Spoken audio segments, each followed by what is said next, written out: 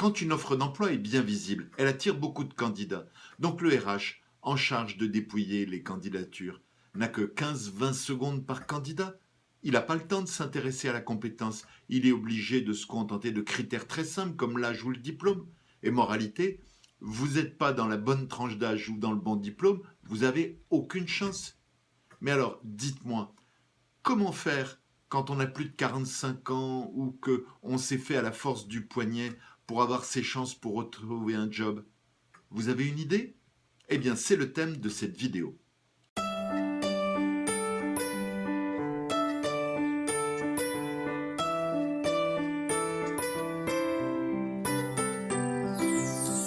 Bonjour, Doc LinkedIn, j'accompagne des salariés et des demandeurs d'emploi pour les aider à retrouver un job. Revenons une seconde à la source du problème.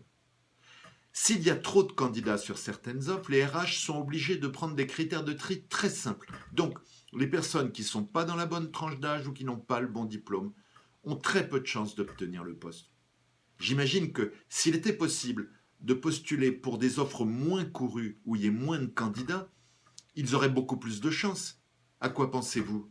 Au marché caché, bien sûr. C'est quoi le marché caché? Ce sont la majorité des jobs. C'est les entreprises qui ne veulent pas publier les offres. Pourquoi? Parce que ça coûte trop cher, parce qu'ils vont se retrouver avec une avalanche de candidats, ou parce qu'ils veulent faire appel à un professionnel pour faire le tri à leur place. C'est pas pour rien qu'il y a 66 534 chasseurs de tête aujourd'hui sur le marché.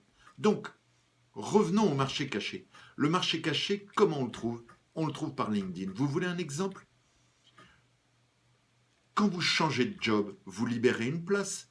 Si vous notifiez votre réseau très rapidement après vos nouvelles fonctions, et si vous n'avez pas fait votre période d'essai, il y a un job qui est disponible et il n'y a pas de successeur. Donc, ça c'est un exemple, mais il y en a plein d'autres.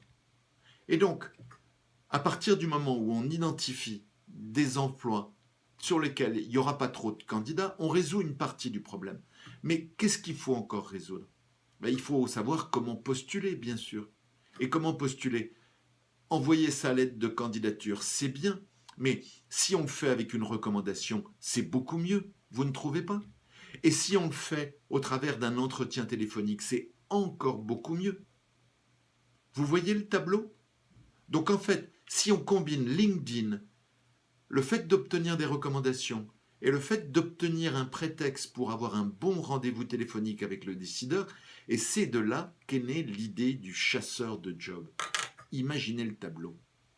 Des offres peu diffusées, des contacts téléphoniques préparés grâce à des recommandations, un prétexte pour piquer la curiosité du décideur et un rendez-vous téléphonique. Qu'en pensez-vous? Avant d'aller plus loin sur le chasseur de job, revenons une seconde à ce que vous coûte le fait d'accepter un job un peu moins bien. C'est quoi un job un peu moins bien? Ce sera 500 € de salaire en moins par mois?